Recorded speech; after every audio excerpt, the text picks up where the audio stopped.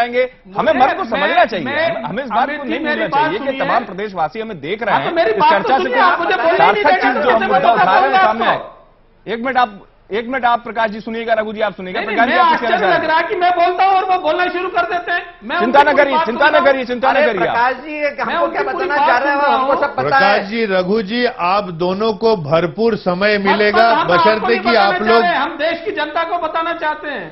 प्रकाश जी समय पर्याप्त है, राजनीति लाइव 1 घंटे का कार्यक्रम है, आप बोलिएगा, रघु जी बोलिएगा, लेकिन पहले एक दूसरे की बात को सुनिए और दृष्टिकोण को समझने की कोशिश करिए। आप उठा के सर्वे उठा के कर लीजिए कि जहां मुख्यमंत्री जी ने गांव गोद लिए, रघु जी आप सुन लीजिए, रघु जी एक बात आप सुन लीजिए, रघु जी मैं आपसे अनुरोध कर रहा हूं, या मैं ये कर दूंगा, रघु जी या मैं विकास की गंगा बहा दूंगा।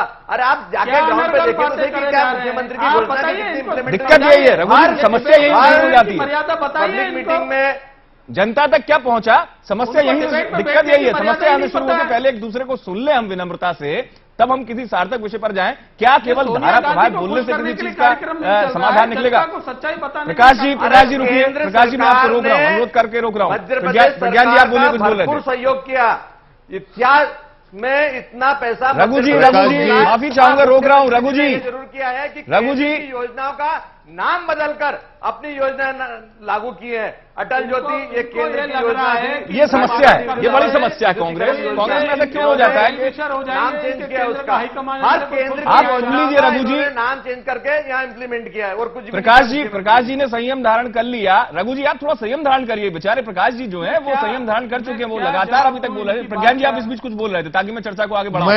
अमित, मैं दोनों खासतौर से प्रकाश जी से पूछना चाहूंगा जी, जो आयुर्वेदिक विश्वविद्यालय की बात है जबलपुर में, वहां बीजेपी काफी मजबूत है, सीहोर जिले पे बीजेपी मजबूत है, लेकिन जहां तक उज्जैन है, मंदसौर है, होशंगाबाद है, इन सब जगह पे शिवपुरी है, यहां बीजेपी कमजोर है। इसीलिए कहा यह जा रहा है कि आज की जो कैबिनेट के निर्णय हैं वो खास तौर से उन जगहों के लिए किया गया, प्रोजेक्ट वहां के लिए दी गई, परियोजनाएं वहां के लिए दी गई जहां भारतीय जनता पार्टी कमजोर है।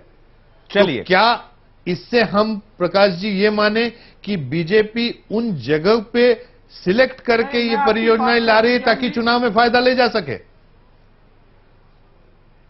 मैं आपकी इन बातों से सहमत नहीं हूं। भारतीय जनता पार्टी ना उज्जैन में, ना इंदौर में या पूरे मालवा में कहीं भी कमजोर नहीं है। इस बात को बहुत अच्छे से मान लीजिए, सबसे ज्यादा सीटें हैं हमारी।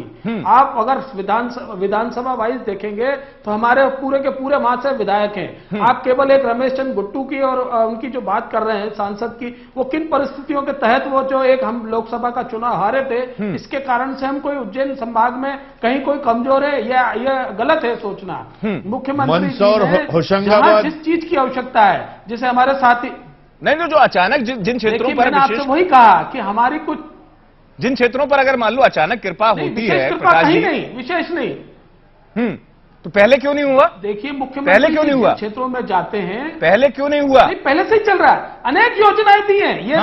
ये तो अभी जो सड़कों, लेकिन अभी घोषणाओं की झड़ी नहीं है, निर्माण कार्य की जो स्वीकृति, ये घोषणाओं की झड़ी नहीं है। देखिए अभी कैसी, ये घोषणाओं की झड़ी नहीं है एकदम के अभी, चूंकि घोषणाओं की झड़ी नहीं, मतलब मेरा सवाल यह है कि अब अचानक जितनी ताबड़तोड़ घोषणाएं हो रही हैं, उससे पहले भी हो सकती है, चुनाव का मौसम नजदीक है। देखिए जो प्रस्ताव पेंडिंग में पड़े रहते हैं, और आगे आने वाला उज्जैन में सिंहस्थ का मेला है, बिल्कुल, तो इस देश में बहुत गरिमामय और बहुत श्रद्धा का पर्व मनाया जाता है। उसको देख के भी उज्जैन में अगर कोई काम प्रारंभ कराए हैं तो सिंहस्थ आते आते वो काम होना चाहिए। चलिए मैं इस पहलू को समझूंगा, आप जिस बात को कह रहे हैं, क्योंकि आखिरकार सुनिए, बात आती है घोषणाओं से निकलकर क्रियान्वयन के स्तर पर, और प्रशासन की भूमिका उसमें सबसे महत्वपूर्ण होती है। और अब जो दृष्टिकोण आएगा सामने, वो इस चर्चा का नजरिया जरूर एक और दिशा में ले जाएगा, क्योंकि मेरे साथ खास मेहमान फोन लाइन पर जुड़ रहे हैं कृपाशंकर शर्मा जी, पूर्व मुख्य सचिव मध्य प्रदेश। कृपाशंकर जी बहुत स्वागत है आपका खबर भारती में। हाँ नमस्कार जी।